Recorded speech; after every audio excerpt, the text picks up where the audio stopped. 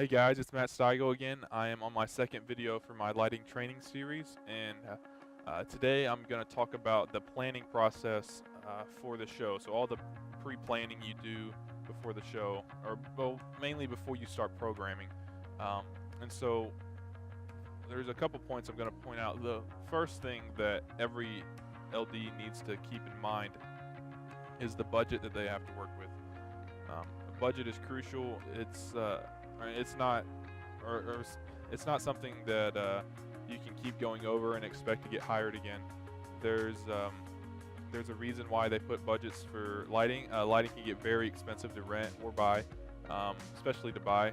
But for a lot of concerts that I do, we always rent in stuff, and so for me, the budget is very crucial because I'm answering to someone and they have to answer to another person. It just keeps going up, and if my department is constantly going over budget, then we might not be able to keep doing what we enjoy doing, which is lighting and productions for concerts.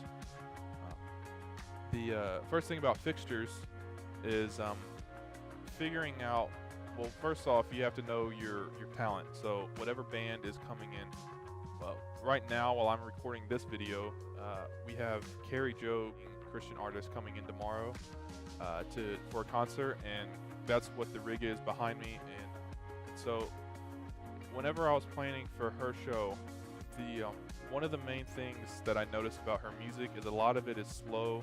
It's worship music, but it's slow, but it builds, and so it's not too crazy. It's not like a techno style music. It's just worship music.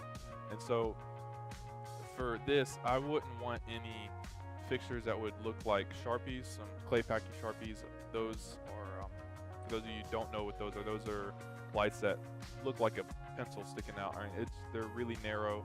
They're really cool, but for something like this, I wouldn't want that. For this, I want I want the conventional style look. I want a lot of wash fixtures. And so for this, and everyone's different. Everybody can do whatever they want.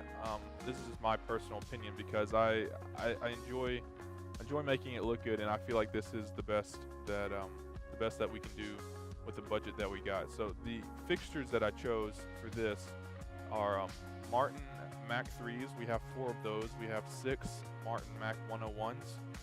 We have 8 Mac 8 Mac 700s, 5 Martin Stage Bar 54Ls, and then we also have a few static LEDs, and then a lot of conventionals. We have 12 Parnells and 12 Licos for face lighting, and the Parnells are on stage.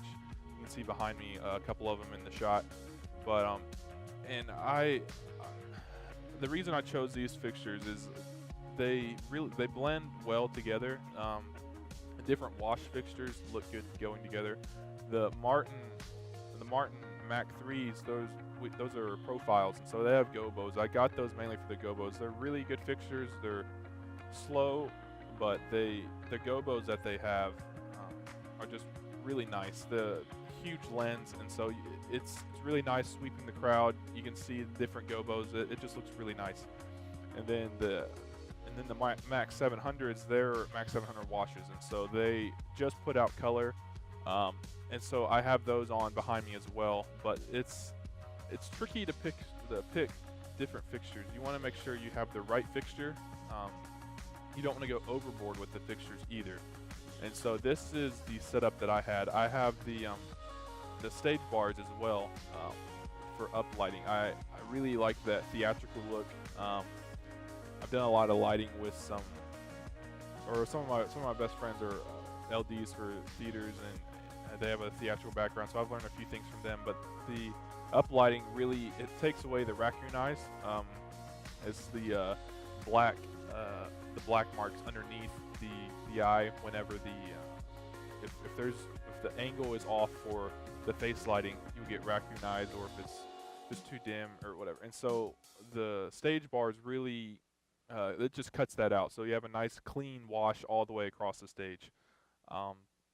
And I like to have those for flesh tone colors just to add a look for it. And I'm going for that stripped down CTO bare minimum look with the conventionals and the different fixtures that I have. And so it's it's one of those things where it's tricky because I did a show a couple weeks ago, and we had a band that was really hype as a DJ, and so I wouldn't I wouldn't pick any of these fixtures for that show. The Mac 3s are too slow. The Mac 700 washes, I don't think they would look really. I really don't think they would look that great in that show. And so it's all about what you're going for, and then knowing what fixtures you have and the budget you have to work with. And so just keep that in mind. And I hope this helps. And look forward to the next video.